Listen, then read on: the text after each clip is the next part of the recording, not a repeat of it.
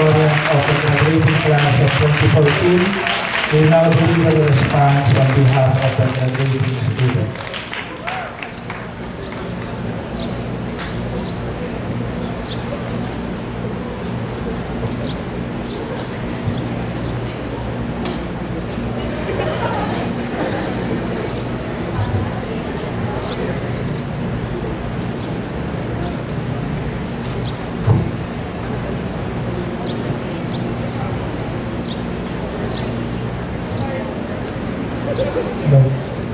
Kagalang-galang Tanod Bayan ng Republika ng Pilipinas, Conchita Carpio Morales, Kagalang-galang Alfredo E. Pascual, Pangulo ng UP System, mga miyembro ng Faculty ng Pambansang Kalubasaan ng Pamahalang Pagbayan, mga miyembro at opisyal ng NCPAG Alumni Association, sa aming mga magulang, mga kaibigan, sa aming mga minamahal, sa mga kasama ko pong magsisipagtapos ngayong taon mula sa Pambansang Kalubasaan ng Pamahalang Pambayan, isang mapagpala at masayang hapon po sa ating lahat.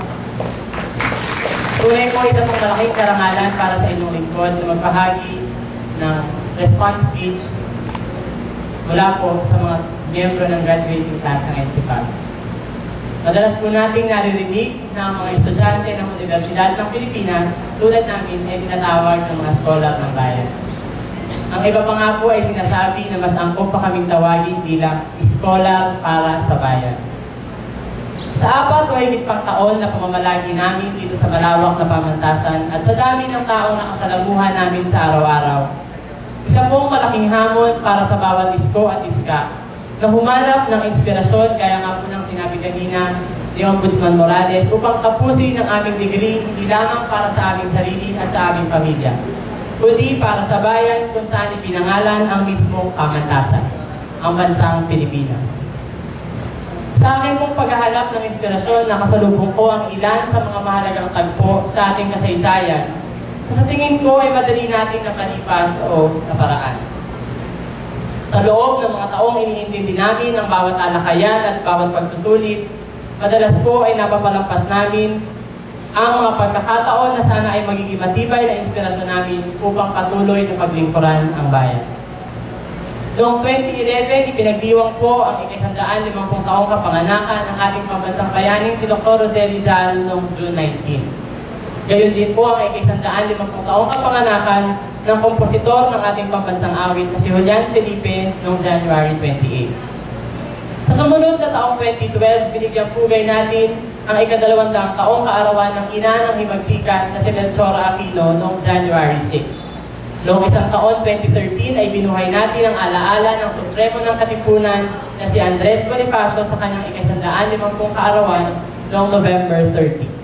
At ngayong taon naman pong ito, nakatakdaan natin kilalanin ang natatanging kontribusyon ng tinatawag na dakilang lumpo na si Apolinario Mabini sa kanyang 150 taong kapanganakan sa July 23. Marami pa pong mga bayani at mga importanteng tao na ang kaarawan ay sumasabit na sa tinatawag nating milestone years. Nandyan pa po sina Gregorio del Pilar at Emilio Jacinto na kapwa magdiriwang ng kanilang 140 sa susunod na taon. Gayon din ang unang Pangulo ng Pilipinas na si Emilio Aguinaldo na magdiriwang ng 145 sa 2015. Subalit bakit ko nga po ba iniisa-isa ang mga bayaning ito at ang kanilang kapanganakan sa pagkakataong ito? Ginawa ko po ito dahil para po sa akin, isang pambihirang pagkakataon para sa henerasyong ito ng kabataang Pilipino na sumama sa pagdiriwang ng mga nabanggit na milestone year. Isang pambihirang pagkakataon para sa mga kabataang miyembro ng henerasyong ito na muling bisitahin ang kanilang mga talambuhay upang pagpunan ng inspirasyon. At higit sa lahat, para sa akin, ang natatanging pagkakataong ito ay nagbibigay ng isang malinaw na mensahe para sa lahat. Na mula noong panahon ng ating mga ninuno hanggang ngayon, kailangan ng ating sintang bayan ng mga bayaning handang mag-alay ng husay, galing, talino, oras, yaman at buhay, alang-alang sa pagtataguyod ng bansa. Pero alam ko naman po, at alam niyo rin na sa panahon ngayon kung saan laganap na ang smartphones at mga kagamitang pinapagalaw ng teknolohiya, hindi na lamang po basta ang pagpapakamatay para sa bayan ang batayan para masabing bayani. Pinatunayan po sa atin yan ng yumaong kalihim Jesse Robredo habang siya ay nabubuhay pa at habang siya ay punong lungsod pa lamang ng Naga. Sa kanyang halimbawa at sa kanyang tinatawag na Chinelas Leadership, binago niya ang imahe ng pamahalang lokal at inilapit sa kanyang mga mamamayan. Sa kanyang matapat at bukas na pamamahala, nagkaroon ng mas malaking kontribusyon at partisipasyon ng mga mamamayan sa pagpapatakbo ng mga gawain ng pamahalang lokal. Dahil sa pagiging epektibo ng mga proyektong ito ni Sec. Jesse, ang ilan sa mga ito ay kasalukuyan ng ginagawa hindi lamang sa lungsod ng Naga, kundi sa lahat ng pamahalang lokal sa Pilipinas. Kabilang na dyan ang pagkakaroon ng Citizens Charter, ang Full Disclosure Policy, at ang Seal of Good Housekeeping na ngayon ay kumikilala sa maayos na pamamahala ng yaman ng pamahalaang lokal. Sa pagyaon ni Sec. Jesse, iniwan niya po sa atin ang bagong kwalifikasyon na dapat nating hanapin sa ating mga lingkod bayan. Ang pagiging sabay na mahusay at matino. Bilang mga magsisipagtapos sa NCPAG, isang malaking hamon para sa amin na magkaroon ng mga nasabing kwalifikasyon. Uulitin ko po. Magiging sabay na mahusay at matino upang aming magampanan ang mga tungkuling sa amin ay iaatang bilang mga eskolar ng bayan at bilang mga responsableng mamamayang Pilipino. Bilang mga magsisipagtapos sa NCPAG, inspirasyon po namin ang ating mga bayani upang maging mga bagong Rizal, Bonifacio, Mabini at Tandangsora sa aming pagharap sa mga pagsubok ng lipunang ito upang sa gayon ay makatulong kami na paghandaan ng panahon kung saan wala na ang baluktot na sistema, wala na ang korap at tiwaling nagpapanggap na lingkod bayan, at wala na ang mga nanlalamang at ang mga lalong nagpapahirap sa mga mamamayang pinagtatrabahuan ang bawat buwis na ibinabayad sa pamahalaan. Bilang mga nagpagtapos sa NCPAG at bilang mga anak ng perlas ng silangan, sisikapin naming tumayo sa mga prinsipyo ng mabuting pamamahala na itinuro sa amin dito sa NCPAG. Opo, tinatanggap namin ang hamon ng lipunan ito gano'n na ito kaliit o kalaki. Opo, kinikilala namin ang pangangailangan ng bayang ito hindi lamang para sa mga lingkod bayan, kundi para sa mga lingkod bayani na inuuna ang kapakanan ng bayan bago ang sarili. Opo, kaisa kami sa pagpapatatag ng bansang Pilipinas bilang bayan ng mga bayani. At upang mangyari ito ay sisikapin namin maging bayani ng ating bayan sa mga paraang abot ng aming makakaya. Patid ko po na mataas ang inyong inaasahan mula sa amin. Dahil nga po nagtapos siyempre sa UP. Subalit, sisikapin namin na ibigay ang aming lahat para sa bayang pinakamamahal natin. Sa aming paglabas ng NCPAG at sa pagharap namin sa mga totoong suliranin ng lipunan, kailangan po namin ang inyong pakikiisa at pangunawa.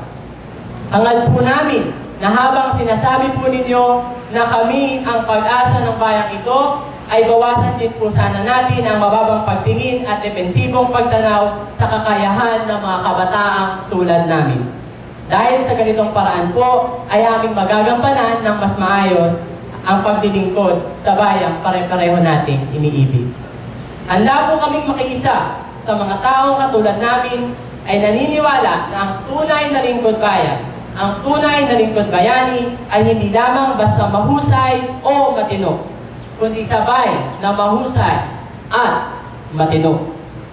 Umasa po kayo na sa susunod na linggo at sa mga susunod kong panahon, kung saan tataha kami ng landas sa labas ng NCPAG o ng pamantasan, itataguyod namin ang mga pangunahing prinsipyo ng mabuting pamamahala at hindi po namin ipapahiya ang NCPAG. Umasa po kayo na sa kaalamang ipinulani sa amin ay gagamitin po namin ito para sa mabuti at sa ikabubuti ng nakararami. Umasa po kayo na sa pamamagitan ng mga digring aming tatanggapin, gagampanan namin ang aming tungkulin bilang mga pag-asa ng bayan at bilang mga lingkod bayani.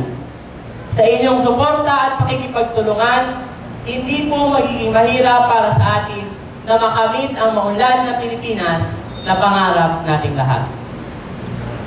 Sabi nga po ng isang awit na ginamit bilang campaign jingle ng isang kandidato sa halalang pampanguluhan noong 2010, umasa kang pagbangon ay posible. pa. Pangarap nating araw ay sisikat na, pag-asa'y magniningas sa bagong Pilipinas. Buong sambayanan magkapit-bisig na, upang tunay na pagbabago'y magsimula. Sa pagtulong ng bayan, makiisa.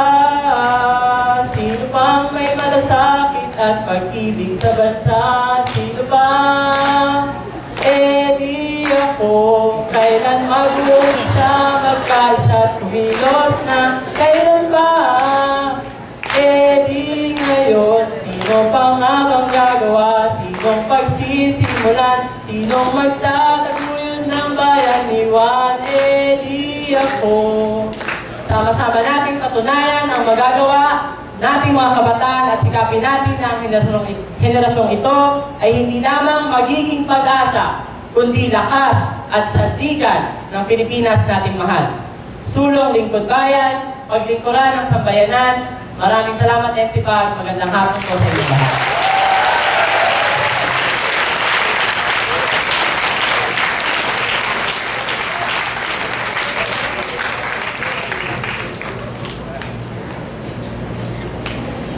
Maraming salamat, Team Robert De Leon.